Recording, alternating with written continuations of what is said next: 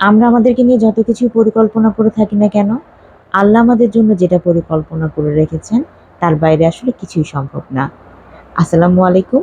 আজকে আপনাদের সাথে ছোট্ট একটা ভিডিও আমার সেকেন্ড প্রেগন্যান্সি জার্নির একদম লাস্ট মুহূর্তে কি ঘটেছে না ঘটেছে তা নিয়ে একটা ছোট্ট ভিডিও শেয়ার করছি। যেহেতু আব্দুল্লাহ অনেক ছোট, ও আসলে অনেক কিছুই বোঝে না। ও সবসময় মায়ের কোলটাকে মিস করে। যার কারণে ও যখন কোলে উঠতে চায়, আমার যতই কষ্ট হোক, যতই আমি বকাঝকা খাই আশপাশ থেকে, তারপর আমি না ওকে নিরাশ করি না। ও কোলে উঠতে চাইলে আমি কোলে নেই। যদিও সেটা আমার জন্য কিছুটা ঝুঁকিপূর্ণ হয়ে যায়। তারপরও আমি লাস্ট মুহূর্ত পর্যন্ত কিছুটা সময়ের জন্য হলেও ওকে আসলে কোলে নিতাম। তো যেটা বলছিলাম সেটা হচ্ছে আমার সেকেন্ড প্রেগন্যান্সির কিছু অভিজ্ঞতা।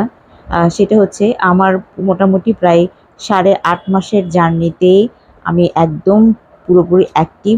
শুধুমাত্র প্রেগন্যান্সি রিলেটেড যে প্রবলেমগুলো থাকে সেটা ছাড়া বেশ ভালোই ছিলাম, কোনো সমস্যা ছিল না।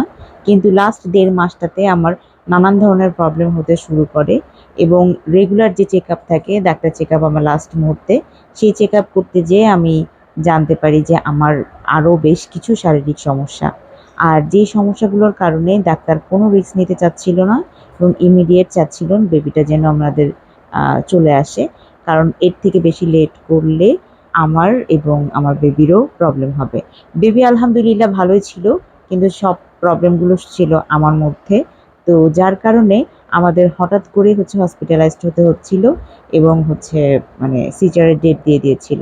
তো যার কারণে আমরা আগে থেকেই বুকিং দিয়ে রেখেছিলাম স্কয়ার হসপিটালে। কিন্তু বিপত্তিটা বাধে যেহেতু আমরা ১ সপ্তাহ আগে বুকিং দিয়ে রেখেছি, ওরা ২-১ দিন আগে আমাদের ফোন করে জানাবে যে আমাদের বুকিংটা কনফার্ম হয়ে গেছে, আমরা সেই ডেটে যাব।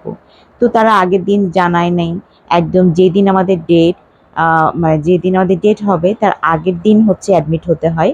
তো সেই অ্যাডমিশনের দিনেও উনারা আমাদেরকে ফোন করে না। সকালের দিকে ফোন করে আমাদেরকে জানায় যে উনাদের নাকি কোনো কেবিন ফাঁকা নেই। সো আমাদেরকে অ্যাডমিশন দিতে পারবে না। তো এইটা নিয়ে তো পড়ে গেলাম মুসিবতে। তাহলে এখন কি হবে? এখন কি করা যায়? শুরু থেকে তো আমরা এখান থেকে দেখাচ্ছি বা এখানেই আমাদের চিন্তাভাবনা আছে যে এখানে বেবি ডেলিভারি হবে। তো যাই হোক, অনেক কিছু ভাবে ট্রাই করার পরে একদম লাস্ট ৩টার সময় তারা আমাদেরকে জানায় কেবিন ফাঁকা হয়েছে এবং আমরা চাইলে অ্যাডমিশন এখন নিতে পারি। তো যাই হোক, ৫টার দিকে আমরা এখানে অ্যাডমিশন নেই। আর এই আমাদের হসপিটালের যে কয়দিন থাকবো সেই কয়দিনের রুমটা। তো আমি এটা একদম ঘুরে, ঘুরে দেখছিলাম, আম্মুকে দেখাচ্ছিলাম। আর এই যে আব্দুল্লাহ তো পাকনা বুড়া আছেই। ও আমাকে সবকিছু বোঝাচ্ছিল, "মা এটা সেটা, এটা এটা কাজে লাগবে, ওটা সেটা কাজে লাগবে।" মানে সবকিছু সে আমাকে বোঝাচ্ছিল। আমার থেকে তার এক্সাইটমেন্ট কাজ করছিল বেশি। কিন্তু আমার তখন পর্যন্ত ভীষণ রকমের মন খারাপ হচ্ছিল আমার আব্দুল্লাহটার জন্য। আমার আব্দুল্লাহটার ধৈর্য অনেক বেশি। ওর ৩ বছর বয়স থেকে ও আসলে ওর মায়ের নানান রকম অসুখ-বিসুখে ও আ আমার কাছ থেকে একা থেকে অভ্যস্ত হয়েছে। ৩ বছরে ও ১ মাস প্রায় আমার কাছ থেকে আলাদা ছিল। তখন আমি হসপিটালাইজড ছিলাম। মানে নানানভাবে অনেকভাবে তার মাকে সাপোর্ট করে আসছে। তো যার কারণে কোনোভাবে যদি আমি কখনো একটু বিরক্ত হয়ে বলি যে, "কবে তুমি বড় হবা? কবে তুমি বুঝবা?" এই টাইপের কথা বললে ওর বাবা অনেক বেশি রাগ করে আমার উপরে। কারণ বলবে, "ও আর কত বুঝবে?" কারণ ও তোমাকে অনেক বেশি বোঝে, অনেক বেশি সাপোর্ট করে।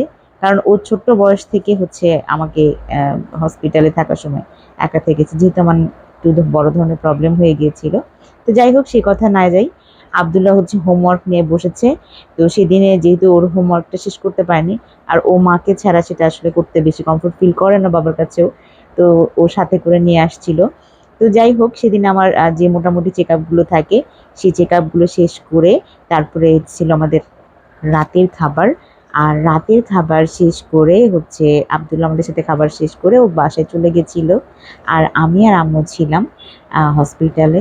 তো এই ছিল আমাদের সেদিন রাতের ছোট্ট একটা ভিডিও আপনাদের সাথে শেয়ার করছি। পরবর্তী ভিডিওতে আমি আমার সেকেন্ড বেবির হওয়ার যে ভিডিওটা সেটা ইনশাআল্লাহ শেয়ার করব। আর এই খাবার। খাবার ছিল অনেক মজার। আর এটাই ছিল আমার রাতের মোটামুটি শেষ খাবার।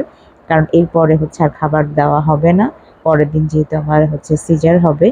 আর কখন হবে সেই টাইমটা এখনো ঠিক হয়নি। এটা আসলে ডিপেন্ড করছে ওনাদের টাইমের উপরে। ১ম বারের থেকে এবার আমার মধ্যে ভয় যেহেতু কাজ করছে, তার থেকে বেশি কাজ করছে আব্দুল্লাহকে নিয়ে মন খারাপ বা টেনশন।